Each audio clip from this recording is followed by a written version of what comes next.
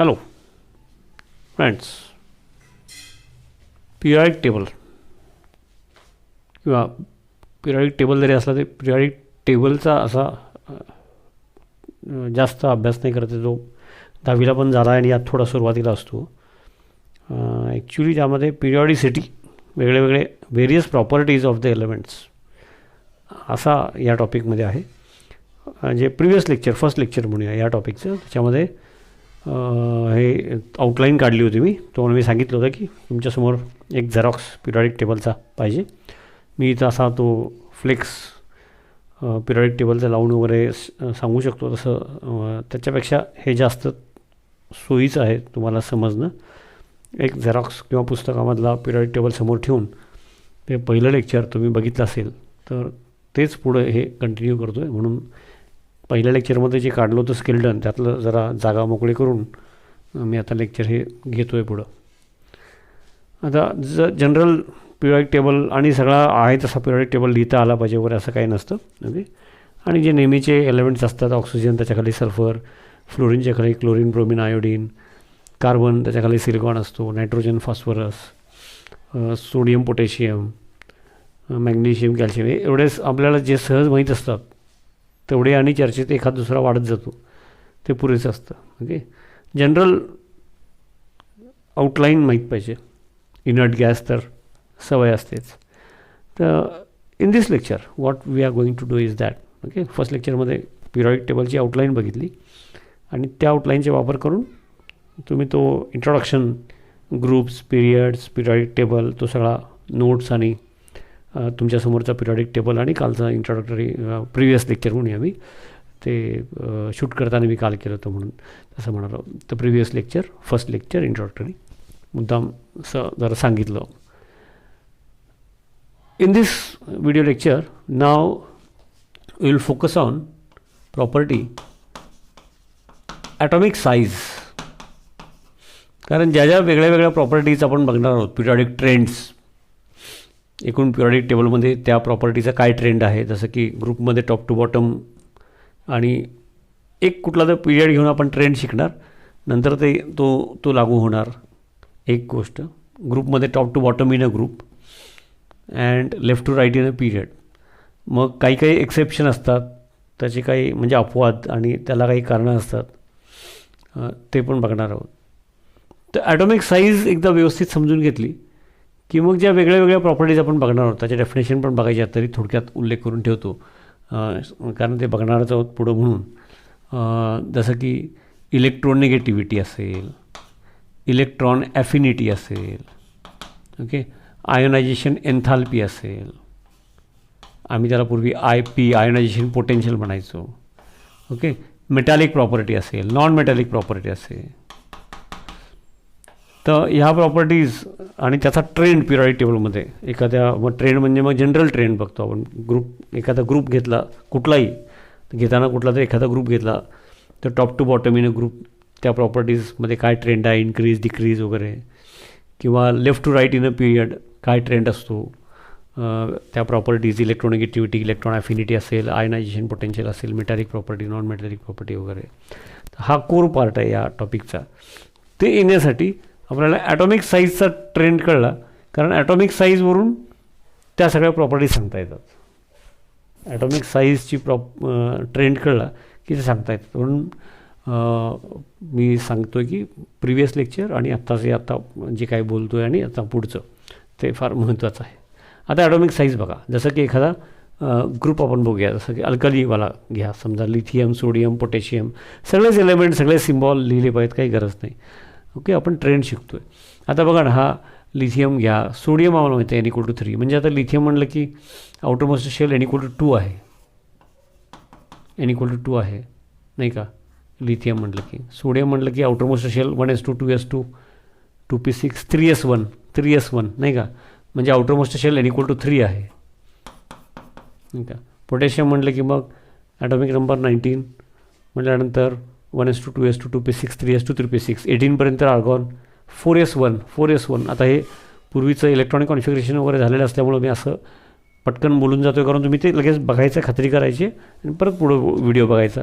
आणि आधीच तो अभ्यास केला असेल तर प्रश्नच नाही. तर त्याचं काय होणार बरं साईज, तर n=4 पोटॅशियम. तसंच खाली आता top to bottom in a group आपण गेलो तर बघा ना की याच्यामध्ये नंबर ऑफ प्रोटॉन्स जर बघितले तर प्रोटॉन्स 3 आहेत, इथे प्रोटॉन्स 11 आहेत, बरोबर आहे ना, प्रोटॉन्स 11 आहेत, इथे प्रोटॉन्स 19 आहेत. म्हणजे नंबर ऑफ प्रोटॉन्स जर विचारात घेतले, त्याला आपण पी म्हटलं आहे, तर 3, 11 आणखी 19 म्हणजे नंबर ऑफ प्रोटॉन्स इन्क्रीज होत आहेत. नंबर ऑफ प्रोटॉन्स नाही का, प्रोटॉन्स इन्क्रीज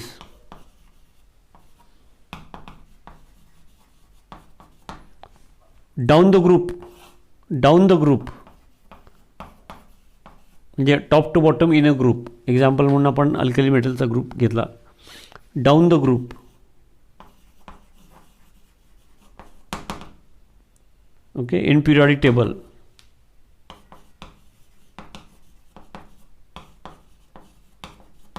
ते काय होतं, प्रोटॉन्स इन्क्रीज. म्हणजेच काय होतं, प्रोटॉन्स इन्क्रीज याचा अर्थ काय बरं, nuclear charge increase. Nuclear charge वाढल्यामुळं काय एक्सपेक्टेड काय आहे, न्यूक्लिअर चार्ज वाढला, प्रोटॉन वाढले म्हणजे तर इलेक्ट्रॉन्सला they should put electrons towards themselves. Nuclear charge increase means attraction for electrons will increase नाही का. अट्रॅक्शन फॉर फक्त प्रोटॉनचा विचार केला तर अट्रॅक्शन फॉर इलेक्ट्रॉन्स इन्क्रीज. आणि त्यामुळे इट इज एक्सपेक्टेड दॅट म्हणजे फक्त तेवढ्याच फॅक्टरचा विचार केला असता, it expected that electrons are pulled closure.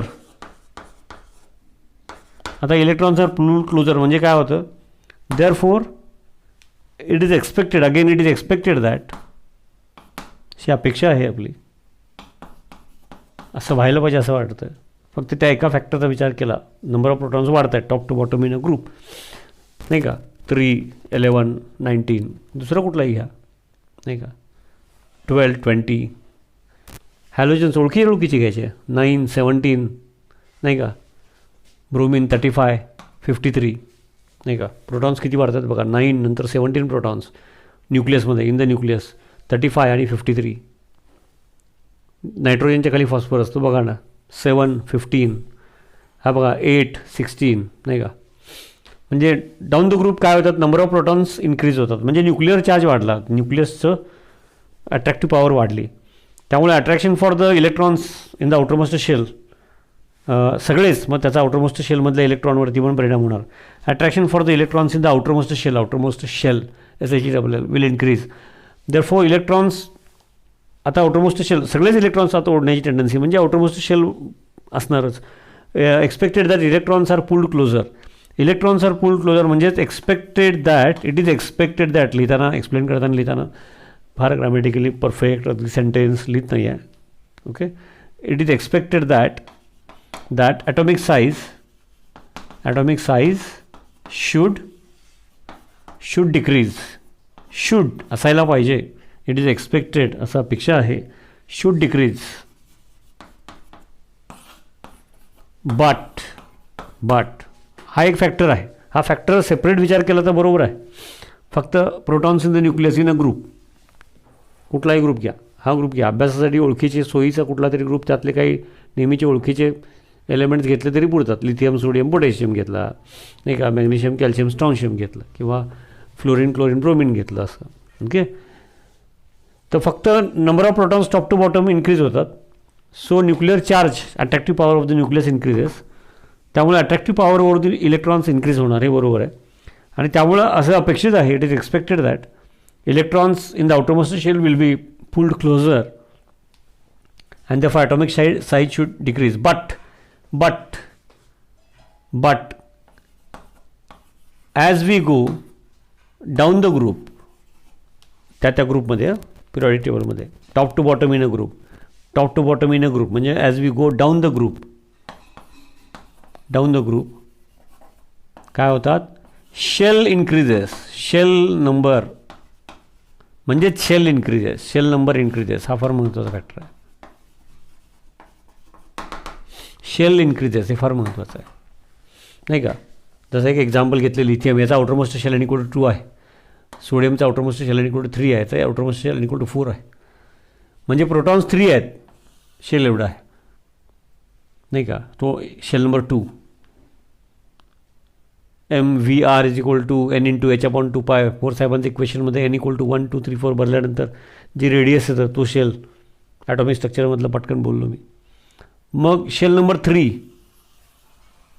11 protons, shell number 4 19 protons. मग आता मुद्दा लक्षात आला का, प्रोटॉन्स जरी वाढले तरी शेल नंबर पण वाढतो आहे. म्हणजे जसं एखादं साधा ॲनॉलॉजी सांगितलं की पोलीस या शहरामध्ये 500 पोलीस आहेत, कुठल्या शहरामध्ये 1000 पोलीस आहेत, पण इथं 500 पोलीस आहेत, पण इथं बाबा 1 लाख लोकसंख्या आहे, आणि तिकडं 1000 पोलीस आहेत पण तिकडं 10 लाख लोकसंख्या आहे. मग दिसताना पोलीस डबल दिसत, अरे पण ते 1 लाखाची लोकसंख्या कंट्रोल करण्यासाठी 500 आहेत आणि तिकडे 10 लाख कंट्रोल करण्यासाठी 1000 आहेत. मग पोलीस डबल आहेत हे बरोबर आहे, म्हणजे न्यूक्लिअर पॉवर डबल झाली, पण इफेक्टिव्ह न्यूक्लिअर पॉवर समजलं ना. तसं विचार ॲनॉलॉजी म्हणून सांगितलं तसं. Increase in size in the shell, त्यामुळे न्यूक्लियस 11च्या तुलनेत प्रोटॉन 19 झाले, पण 19 प्रोटॉनला शेल नंबर 4ची जी साईज आहे तेवढ्यावरती त्याचं ते विभागलं जाणार आहे. Its attractive power will be distributed over shell number 4. तर effective nuclear charge, effective nuclear charge, ऐका पुन्हा इफेक्टिव्ह न्यूक्लिअर चार्ज किंवा average nuclear attraction. But as we go down the group shell number increases, आणि त्यामुळं काय झालं, increase in shell म्हणजे size is more effective, is more effective.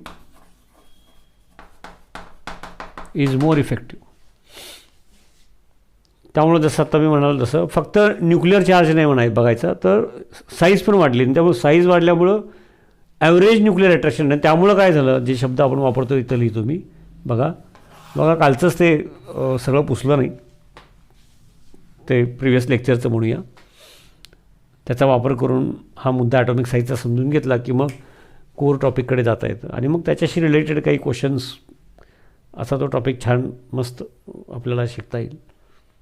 त्यामुळं काय झालं की nuclear charge increases but size also increases simultaneously. Top to bottom in a group पहिल्यांदा कंप्लीट करूया, मग नंतर इन अ पिरियड बघूया, सेपरेट 2 मुद्दे ॲटॉमिक साईजशी रिलेटेड. त्यामुळं काय झालं, इफेक्टिव्ह न्यूक्लिअर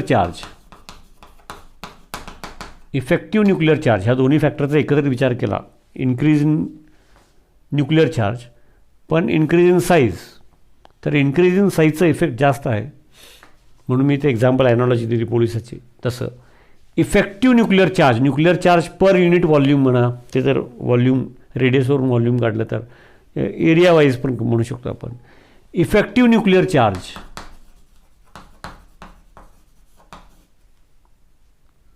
हे जास्त वापरत आहे, साध्या भाषेमध्ये त्याला ॲव्हरेज न्यूक्लिअर अट्रॅक्शन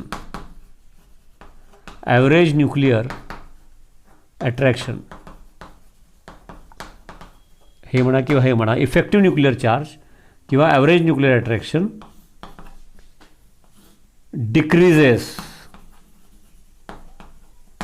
डिक्रीजेस लक्षात घ्या.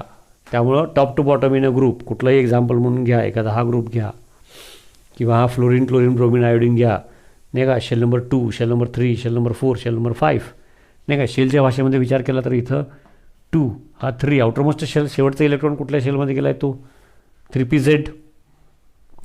ओके, तसा हा शेल नंबर 4, हा शेल नंबर 5. इलेक्ट्रॉनिक कॉन्फिगरेशन तुम्ही फ्लोरीनचं आणि क्लोरीनचं केलं की ब्रोमिनचं लगेच सांगता येतं.